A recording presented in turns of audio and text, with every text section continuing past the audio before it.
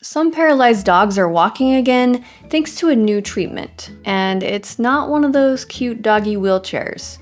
It's an enzyme injection. Welcome to the Goodish News channel.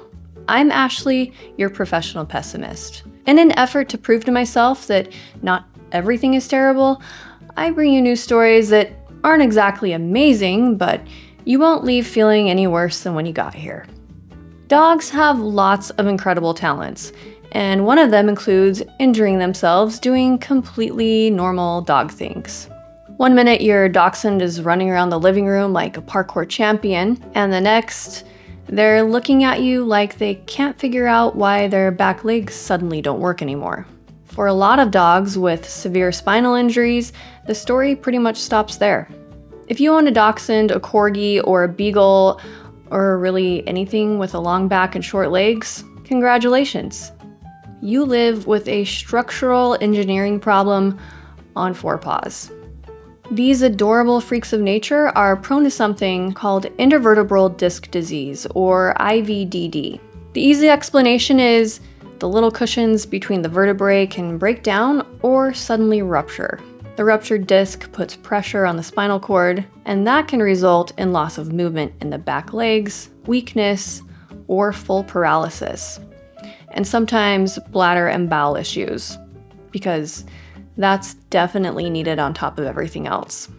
Vets see this happen all the time from simple things like jumping off a couch or, let's be honest, just existing as a noodly dog. If it's caught early, surgeons can go in and remove the disc material pushing on the spinal cord.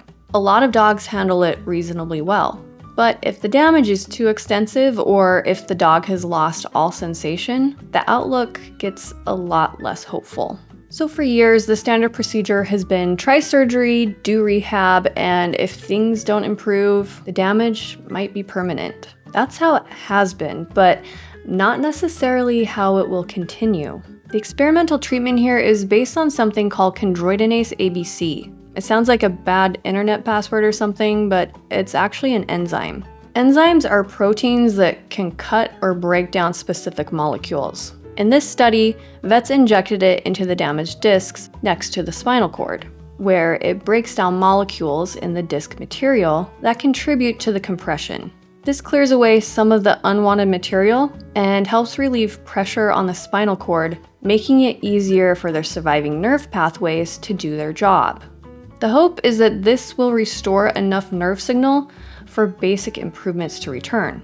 The researchers looked at two main groups: dogs with spinal cord injuries that were unable to walk but still had pain sensation in their hind end, and dogs that were unable to walk and had lost pain sensation in their hind end, which is the much more severe category. In the first group, the numbers were surprisingly not terrible. Roughly 95% of those dogs eventually got back to walking, and most of those were within a couple of weeks. I'm not going to make a pun here about the word roughly, no matter how much you want me to. I have higher standards than that. Anyway, along with their regained ability to walk, their coordination also improved, as did bladder control. Thankfully. For a field where permanent damage is the usual phrase, 95% ain't bad.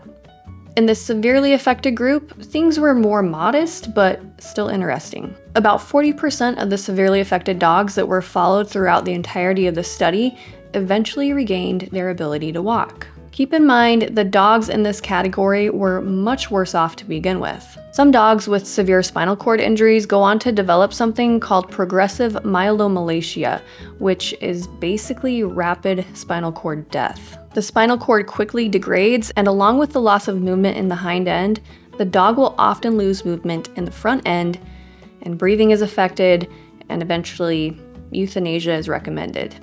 For the dogs in the severe group, progressive myelomalacia was responsible for most of the failed cases. But that's a complication of a very severe spinal cord injury itself.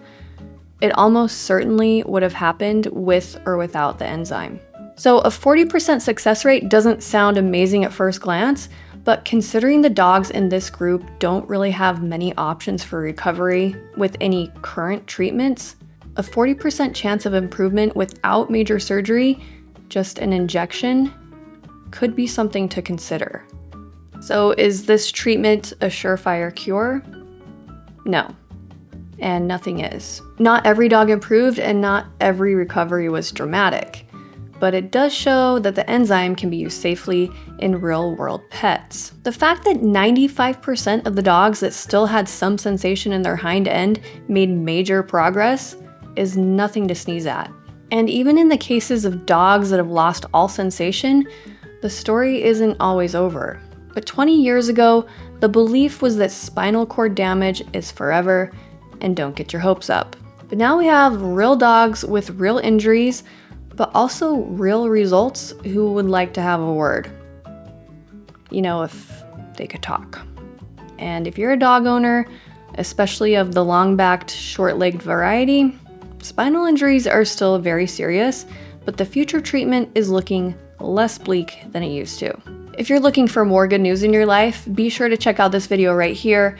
And if you enjoyed this video, please give it a like and consider subscribing so we can ignore all the bad news together.